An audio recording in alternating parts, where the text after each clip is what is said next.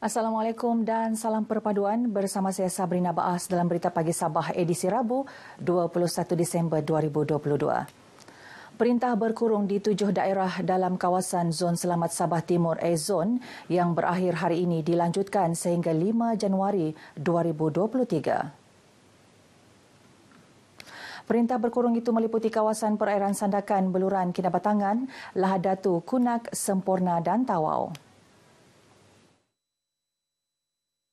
Pesuruhjaya Polis Sabah Datuk Idris Abdullah menerusi kenyataannya di Ibu Negeri memaklumkan langkah tersebut bagi memastikan kawasan perairan terbabit tidak diceroboh pengganas yang mengancam keselamatan para penyelidik dan pelancong asing melawat pulau peranginan selain menjamin keselamatan dan kesejahteraan rakyat Sabah yang menjadi pengguna perairan dan mereka yang berada di kawasan daratan S-Zone.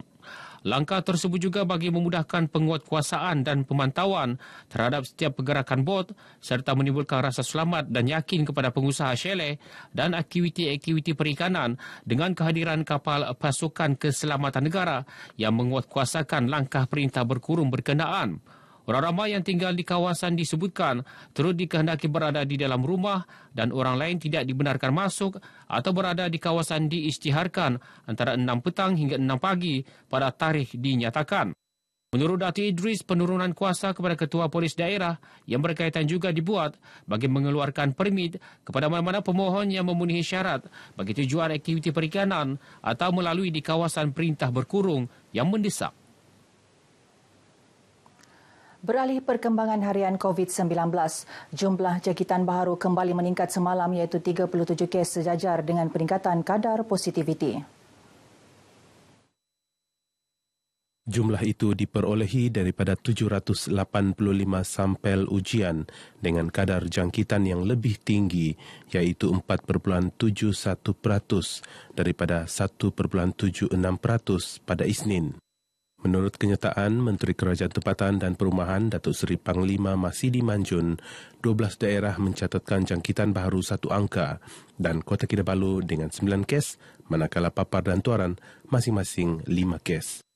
Lahad Datu, Penampang dan Sandakan pula merekodkan 3 kes, sementara Kota Belud, Kota Marudu dan Tawau masing-masing merekodkan 2 kes, manakala Kalabakan, Kudat dan Tambunan merekodkan 1 kes jangkitan. 15 daerah lain lagi tidak merekodkan sebarang jangkitan baru dalam tempoh 24 jam. Sebanyak 36 kes direkodkan dalam kategori 1 dan 2 serta 1 kes dalam kategori 3. Seramai 100 pelajar sekolah rendah dan menengah berumur 6 hingga 16 tahun yang tergolong dalam kategori miskin dan miskin tegar berasal dari daerah kecil Kemabung Tenem teruja kerana dibekalkan bantuan baju sekolah, seluar, stokin dan kasut melalui program Prihatin Kembali ke Sekolah. Program Anjuran Pejabat Pembangunan Negeri Sabah, Unit Penyelarasan Pelaksanaan Jabatan Perdana Menteri ICU JPM dengan kerjasama Bank Islam Malaysia Berhad bersama Pejabat Daerah Kecil Kemabung Tenem berlangsung di salah sebuah pusat beli belah di Keningau. Pengarah Pejabat Pembangunan Negeri Sabah, Unit Penyelarasan Pelaksanaan Jabatan Perdana Menteri ICU JPM, Syamsul Dolah ketika ditemui berkata, bantuan seumpama ini adalah bagi membantu meringankan beban ibu bapa untuk menyediakan kelengkapan anak-anak semasa pembukaan musim sekolah tahun hadapan. Dengan adanya program ini kita dapat meringankan beban keluarga-keluarga kita yang rasanya terbeban akibat ketidakupayaan untuk membeli pakaian-pakaian sempena nanti pembukaan sekolah pada tahun hadapan. Peserta ini dipilih oleh pejabat daerah sendiri melalui kita punya peserta IKASI daripada saudara IKASI sebanyak 100 orang daripada ketua isi rumah. Mengucap kepada ICU kerana membawa anak-anak kami membeli segala pakaian keperluan sekolah. Saya harap kepada ICU ini supaya dapat diteruskan pada masa akan datang. Terima kasih kepada ICU sedang membawa kami untuk membeli keperluan anak-anak kami di Keningau. Saya harap akan diteruskan akan tahun hadapan. Ribuan terima kasih kepada pihak ICU karena telah membawa kami membeli barangan sekolah di tempat ini. Diharapkan semoga program ini akan diadakan sekali lagi. Terima kasih karena membawa kami ke sini untuk membeli pakaian, stokin, kasus sekolah, dan seluar. Terima kasih banyak-banyak. Program seumpama ini telah dilaksanakan di daerah Ranau pada tahun 2018, Kota Marudu pada tahun 2021, serta di daerah Tambunan dan Tenem pada tahun ini. Kempen derma darah Hospital Wanita dan Kanak-Kanak telah berlangsung selama 2 hari di University College Sabah Foundation, UCSF, mendapat sambutan dari golongan penderma darah. Program yang berakhir semalam bertujuan menambah bekalan darah agar dapat membantu pesakit di hospital berkenaan. Pensyarah UCSF Jessica Justin berkata, kempen tersebut menyasarkan penglibatan pelajar dalam menyokong aktiviti menderma darah dan kepentingannya. Semoga ramai orang lagi tampil untuk berani untuk menderma darah sebab walaupun kita tidak mempunyai apa-apa untuk memberi, tapi kita boleh memberi darah untuk menolong orang ramai yang memerlukannya. Kita buat yang termampu dengan keadaan fizikal kita lah untuk kebaikan orang lain juga. Saya harapkan lebih ramai rakyat di negeri kita ini lebih terbuka untuk menderma darah, lebih peka dengan kesihatan peribadi, supaya bila kita sihat, kita mampu untuk membantu orang lain. Perasaan saya pada hari ini sedikit teruja dan gembiralah dapat derma darah. Harapan saya agar orang ramai di luar sana dapat menderma darah lagi lah. Nervous lah, ni sebab ni baru first time menderma darah. So first takut lah, tapi sekarang okey lah. Hope akan lagi ramai lah orang di luar sana yang akan derma darah. Sebab darah kita ni untuk kasih selamat orang lain juga kan, berguna untuk semua orang lah. Pasukan bola sepak bawah 12 tahun Sekolah Kebangsaan Taman Merpati Batu Tujuh Sandakan berjaya mengharumkan nama negeri Sabah, khasnya daerah Sandakan dalam kejohanan bola sepak antarabangsa Akademi Dashball Brunei Darussalam bawah 12. Kejohanan yang diadakan 2 hari bermula 17 hingga 18 Disember lalu melibatkan 6 pasukan bertanding keseluruhan dalam kejohanan tersebut.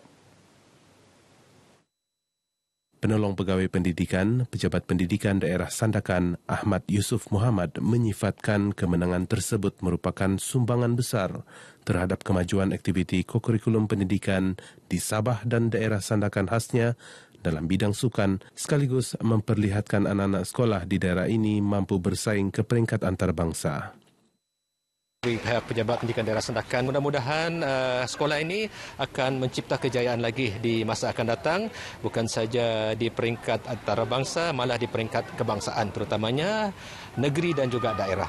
Apa yang kami usahakan selama ini telah membuahkan hasil. Kami terus berusaha dengan bantuan daripada PPD sendiri, daripada sekolah-sekolah berhampiran dan juga daripada ibu bapa dan juga NGO, termasuklah PIBG sendiri telah begitu banyak membantu kami dalam usaha kita untuk mengetengahkan murid-murid kita. Bagi ibu bapa, kami akan sentiasa menyokong apa juga bidang atau sukan yang dicuba oleh mereka. Kita akan menyokong sebaik mungkin untuk kejayaan mereka, kejayaan demi kejayaan, untuk membawa nama sekolah ke peringkat seterusnya. Cabaran yang di SK Merpati ialah mereka semua ni, SK Merpati tidak mempunyai padang. Jadi kami sedaya upaya meminjam padang-padang di sekolah-sekolah lain. Alhamdulillah, syukur kami dapat mengharumkan nama SK Merpati Sandakan dalam sukan bola sepak peringkat antarabangsa di negara Brunei Darussalam.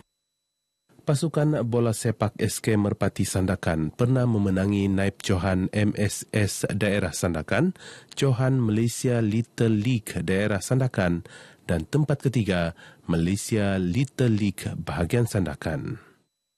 Baik, kejayaan yang dilakar oleh SK Merpati Batu Tujuh Sandakan ini dalam sukan bola sepak membawa nama di negara Brunei Darussalam harus dicontohi oleh sekolah-sekolah lain di daerah Sandakan. Rajin berusaha, tangga kejayaan mereka telah buktikan daerah Sandakan juga boleh bersaing di peringkat antarabangsa. Salih Jikri untuk berita RTM. SK Merpati boleh!